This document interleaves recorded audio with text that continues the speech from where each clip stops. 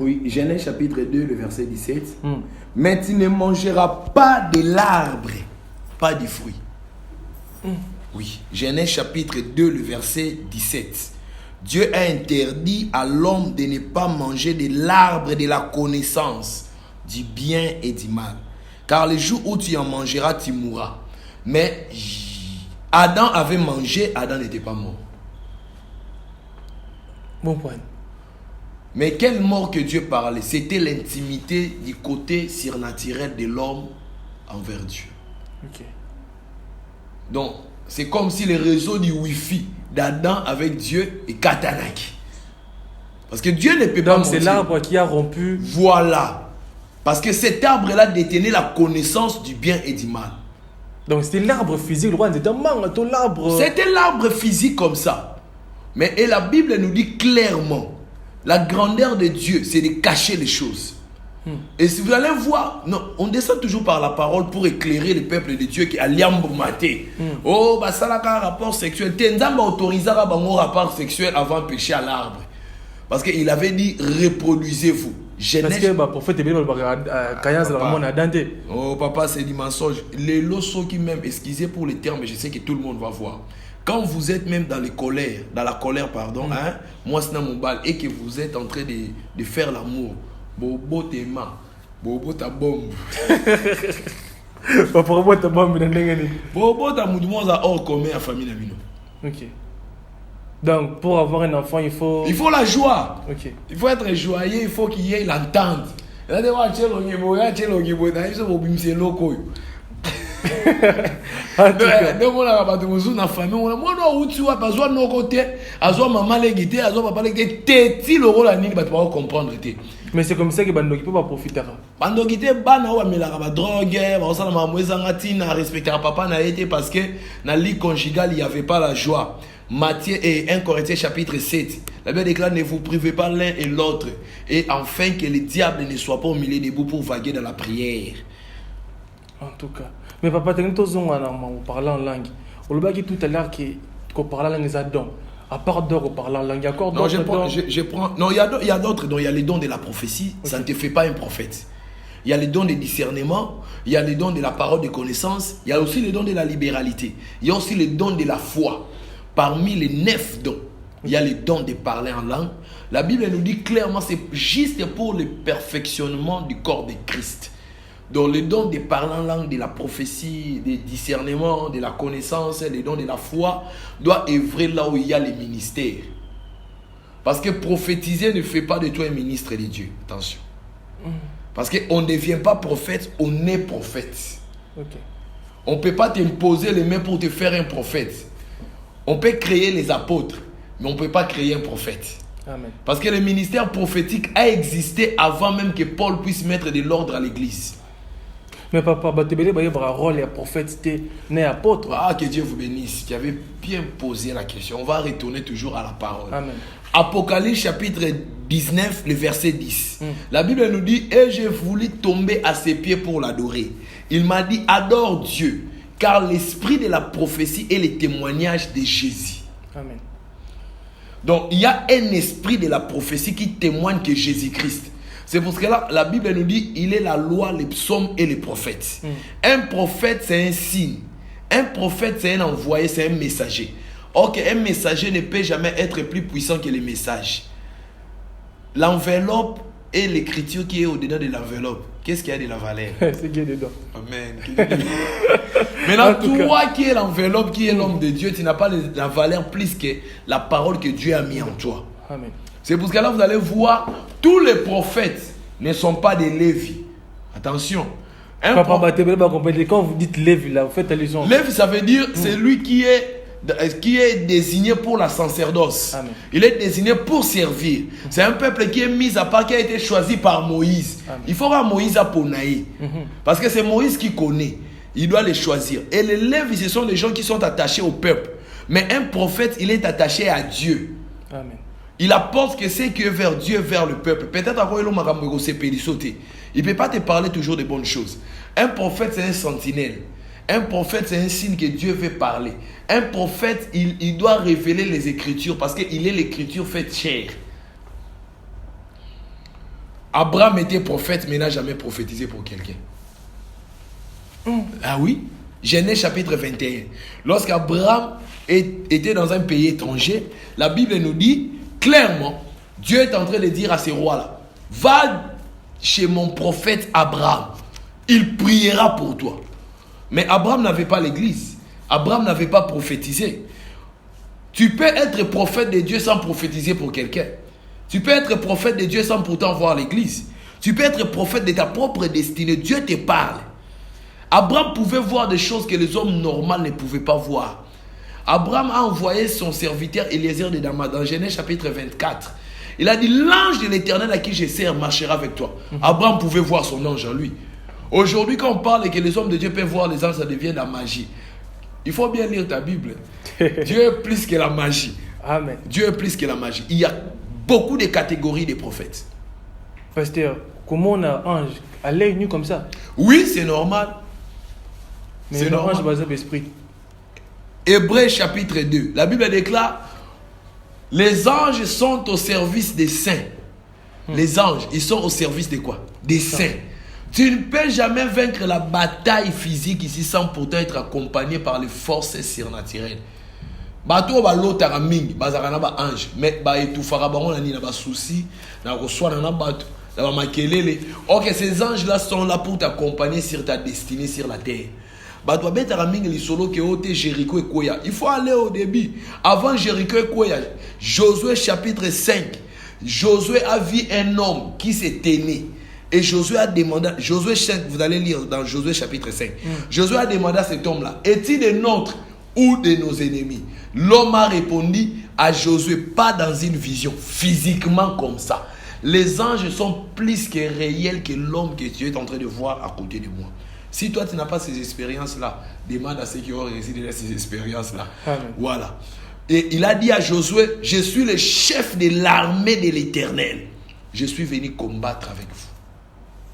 Prophète, on adore au monde ange. Non, la maman de Samson n'était pas un prophète.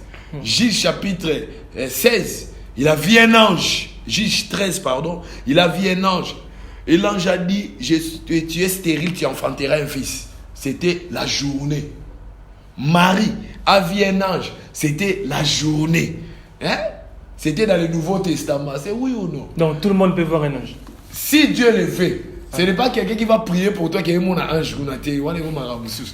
Si Dieu le fait, il faut lire bien la Bible. À la résurrection de Jésus, Matthieu chapitre 28. Amen. Lorsque les femmes sont parties pour mettre du parfum au tombeau de Jésus, ils avaient vu de qui?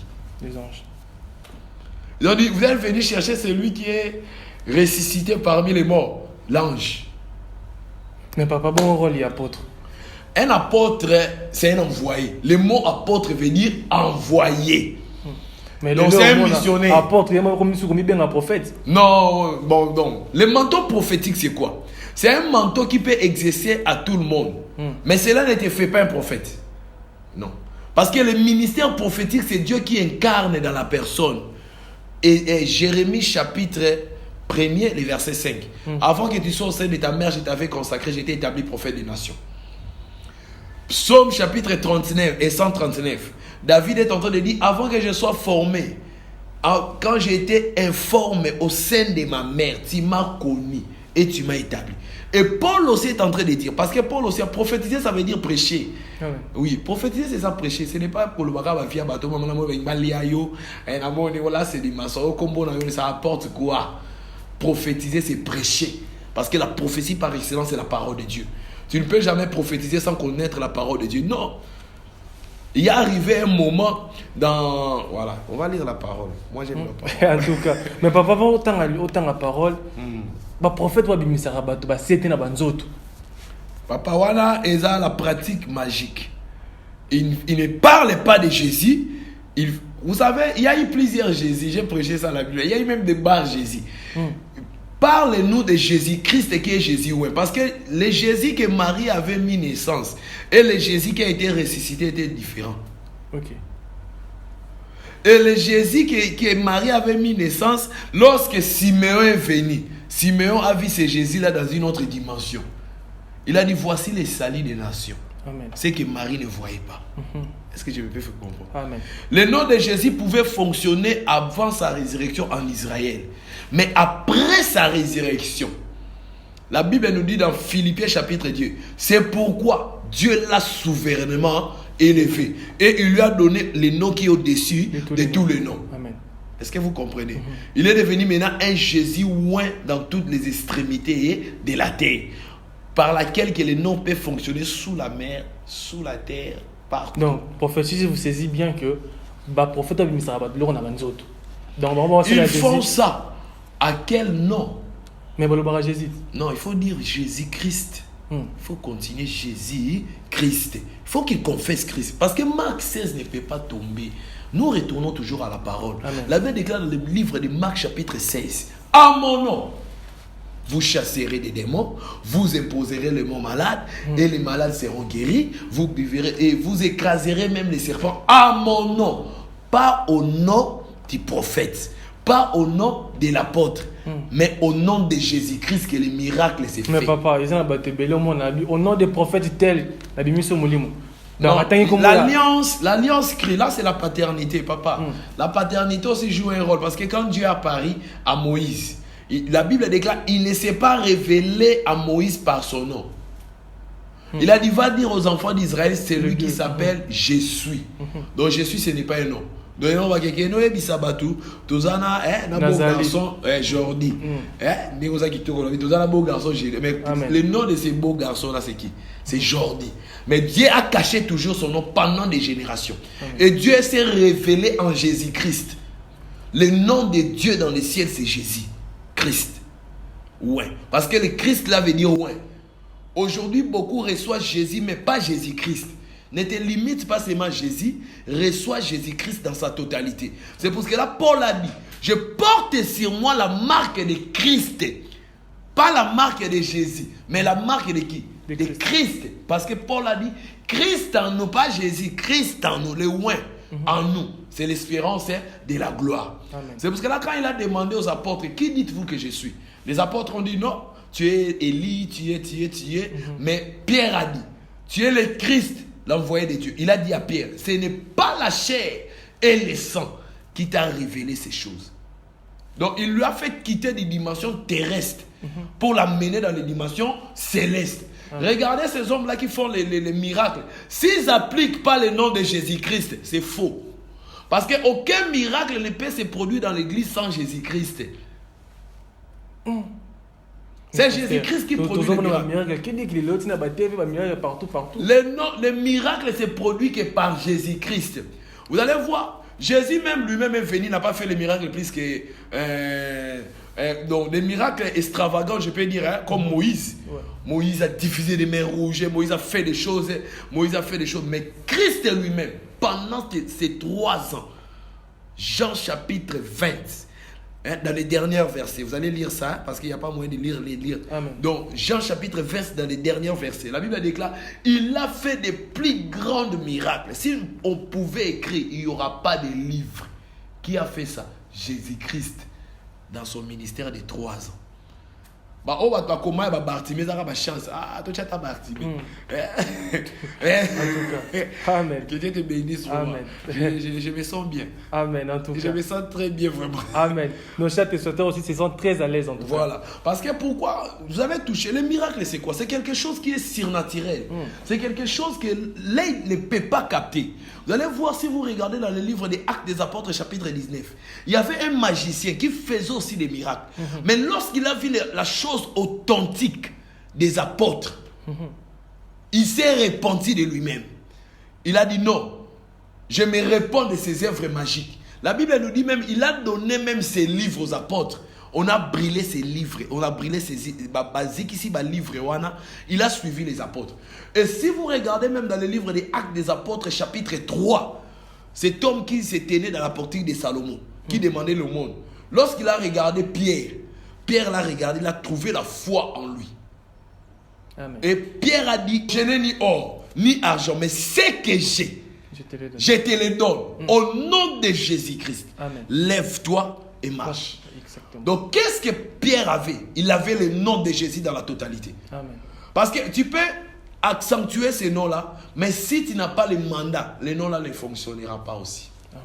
Donc, papa, un apôtre peut faire aussi des guérisons. Oui, il peut faire des guérisons parce que la Bible dit clair que nous sommes bâtis et enseignés sur les enseignements des apôtres et des prophètes. Mais s'il n'a pas ces dons de guérison, non, parmi les 9 dons qui n'a pas ces dons. Non, les miracles doivent accompagner. L'apostolat, les miracles doivent accompagner. Parce que quand Jésus a envoyé, on doit retourner toujours à la parole pour accentuer les choses. Hein? Amen. On doit retourner à la parole. Donc, Matthieu chapitre 10, il a envoyé les 12. Ils étaient partis. Mais pendant que les 12 étaient partis, il y avait aussi Judas. Et Judas aussi avait fait les miracles. Amen. Voilà. Ça, beaucoup de gens ne le savent pas. Oui, il y a un accent aussi. Ce n'est pas les miracles qui fait de votre pasteur un vrai homme de Dieu. Non, c'est le fruit de l'esprit. Amen. C'est son comportement. Parce qu'on peut accentuer les miracles quand il y a la foi. Si le nom de Jésus est appliqué. Et à la foi, c'est celui qui est malade. Il a cru. Il peut être guéri. Mais c'est parce que là, Matthieu chapitre 7 nous dit ceci. N'avons-nous pas fait les miracles à ton nom? Il leur dira ouvertement. Je ne vous connais pas. Donc le miracle, c'est un filet pour ramener le peuple vers Dieu, mais juste pour leur prêcher la repentance. Amen. C'est ça la mission. Parce que de Genèse à l'Apocalypse, toute personne que Dieu a travaillé avec eux, c'est juste pour ramener le peuple vers Dieu. En tout cas. Si, si. Il a dit que le lot, comme fanatique, un pasteur, on est au monde à Il ne faut pas être fanatique d'un pasteur ou d'une église. Non, c'est un péché.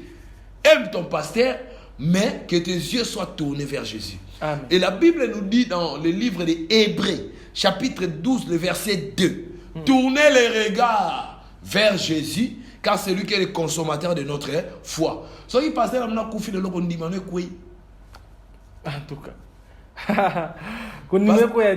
Parce que c'est lui qui est la porte de la bergerie. Amen. Aime ton pasteur, mais pas plus que Jésus. Amen. Soutiens ton église, mais accroche-toi à Jésus. Que tes yeux se tournent vers Jésus nuit et jour.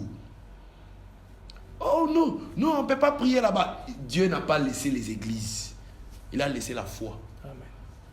Il a dit à Pierre, sur toi, je bâtirai mon église. Il a dit son église. Et il faut faire attention. Hein. L'église, ce n'est pas les carreaux que vous avez mis là-bas, les climatiseurs. L'église, c'est le comportement des fidèles qui sont là-bas. Amen. Vous pouvez avoir une belle église, la plus belle église du monde, mais s'il y a les pécheurs à l'intérieur, c'est pourri, zéro. Dieu n'est pas là-bas. Mais vous pouvez prier sous l'arbre, mais s'il y a des gens qui craignent Dieu, Amen. Dieu descend. Peu importe là où vous l'évoquez, il descend. Dans l'apostolat, ça veut dire un apôtre, c'est un envoyé, un évangéliste, c'est aussi un envoyé, un missionnaire, un pasteur, c'est un berger, un prophète, c'est la bouche de Dieu. Amos 3,7. Dieu ne fait rien sans pourtant révéler ses secrets à ses prophètes, les serviteurs. Amen. Donc Dieu est dans l'incapacité d'agir s'il n'y a pas un prophète. Amen. Là, c'est automatique. Au moins, il va devenir sa qualité. Oh, tu vas non. Voilà.